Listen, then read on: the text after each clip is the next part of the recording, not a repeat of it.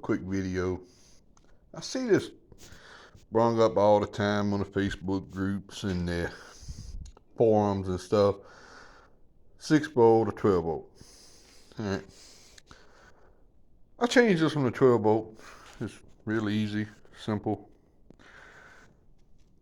I did not alter anything. That is the factory bracket.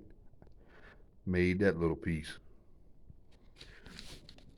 This is the factory generator bracket. Just bolted right to the front. It's been on there for a couple of years now like that. Belt stays tight, belt stays on. Really simple. It's a Delco Remy alternator from O'Reilly Auto Parts. $55. The voltage regulator, 6-volt regulator costs you that. Now, if excuse me, if you have a museum piece or you're using a parade or as a family heirloom or whatever, you're not going to really work it. You're not going to use it much. You're not going to garden with it. You just leave it 6-volt. I left this to where when this is parked and put to the side, I'm not going to use it in the gardens and food plots and stuff anymore, which that will become a day of that. I can put everything back just like it was. All right, your coil. I replaced everything. I replaced the coil, the points, condenser, everything. You don't have to. You can keep it with the 6-volt coil. It'll last a while, but it'll eventually fail. The starter. You do not have to change the starter. That is the same starter that's been on there for a couple of years now, running 12-volt.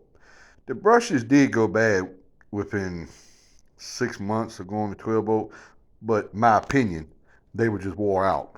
I put a new set of brushes in it, same starter that was on it.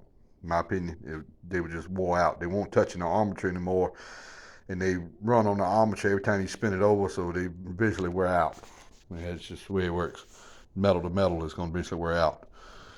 Still 6-volt armature. We had no problems with it. Your ballast resistor is a little white ceramic piece. Throw that away if you go to 12-volt. And you hook your battery up, positive, negative, like a normal vehicle. You don't use the positive, negative ground anymore. Everything is like you can put it back like it was. I still have the old 6-volt battery still laying over there that came out of it. I can put everything back like it was. The main thing is don't chop your generator bracket up. You can put everything back like just like it was. My opinion,